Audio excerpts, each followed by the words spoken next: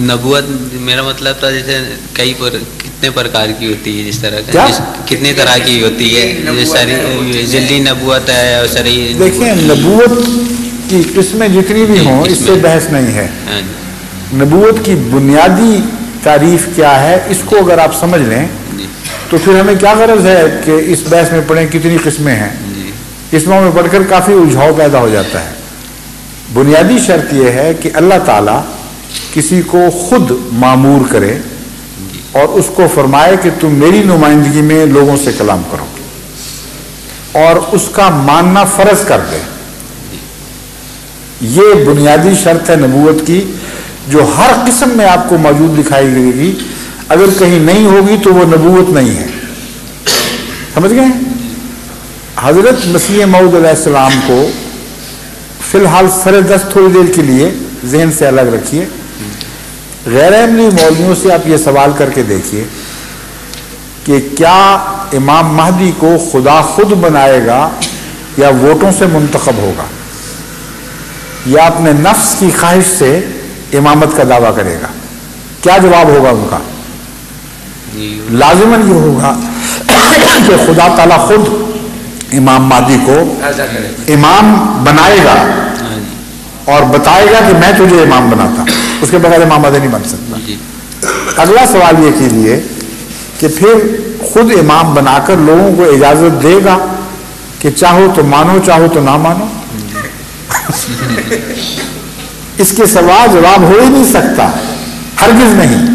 جس کو خدا امام بنائے ہوتا کون ہے اس کا انکار کرنے والا؟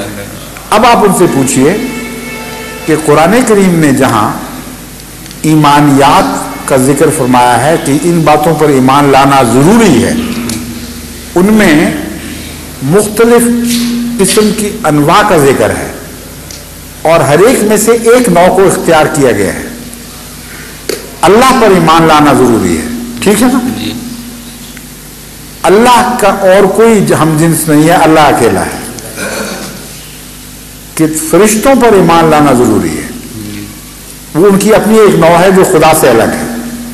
کتب پر ایمان لانا ضروری ہے جو اپنی ایک نوع ہے، نہ وہ فرشتے ہیں نہ وہ خدا ہے. رسولوں پر ایمان لانا ضروری ہے، ان کی اپنی ایک نوع ہے. اور ایمان بالآخرہ ضروری ہے، ٹھیک ہے نا؟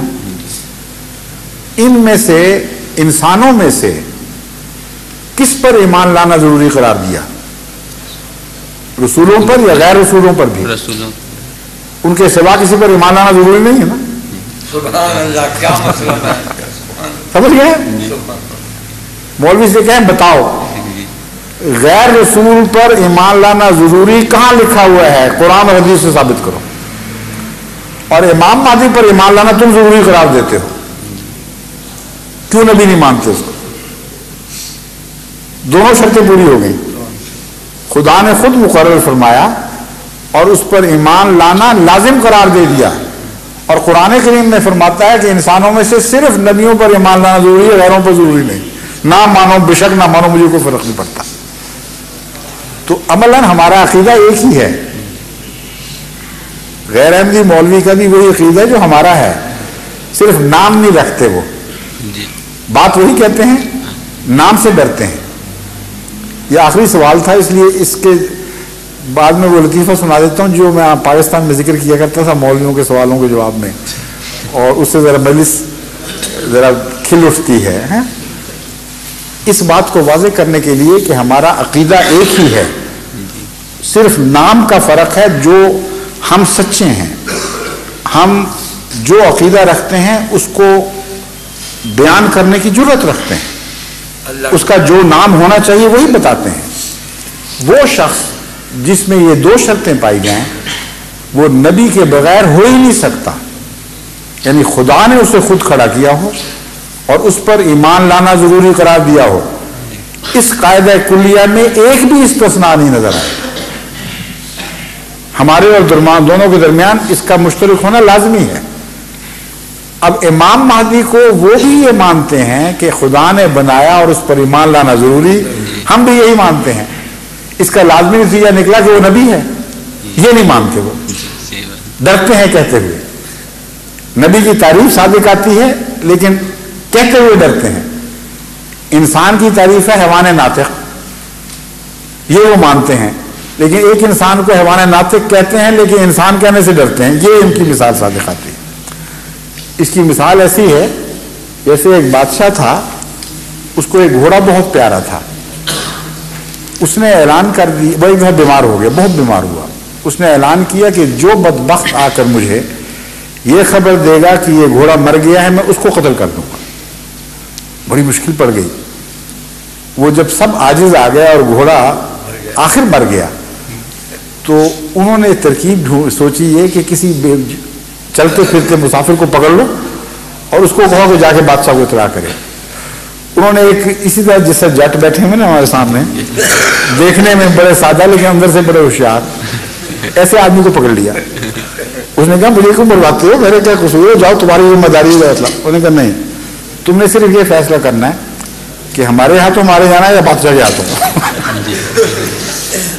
جاتے ہو تو بادشاہ کے ہاتھوں مارے جاؤ گے، نہیں جاتے تو ہمارے ہاتھوں.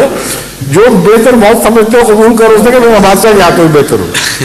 چلا گیا، جا کے کہا کہ بادشاہ سلامت، مبارک ہو، بہت بہت بڑی خوشخبری لے کے آئے. اس نے کہا کیا خوشخبری؟ اس نے کہا آپ کا گھوڑا بیمار تھا نا، وہ میل میل تک اس کے تڑپنے کی آواز آتی تھی، زمین دہلتی تھی، اتنا تکلیف میں تھا. اب میں قریب جا کے دیکھا ہے وہاں بھی آواز نہیں آ رہی، بڑے سکون میں ہے. کہتا اس کے دل کی دھڑکن اتنی تیز تھی لگتا ہے ڈھول بج رہا ہے. میں نے کان لگا کے دیکھا ہے کوئی آواز نہیں. سانس ایسا خطرناک تھا کہ جیسے آرے چل رہے ہیں اور اب آ ہی نہیں رہا، اتنا امن میں آ گیا. بادشاہ نے کہا خبیث یہ کیوں نہیں کہتے کہ مر گیا ہے؟ انہوں نے کہا بادشاہ آپ فرما رہا، میں میری مجال ہے. تو یہ سچ بولنے کا کام انہوں نے ہمارے سے بہت کر دیا ہے. جب ہم کہتے ہیں آپ فرماتے ہم نہیں کہہ سکتے، لیکن تعریف وہی ہے جو ہماری ہے، اس میں کوئی فرق نہیں.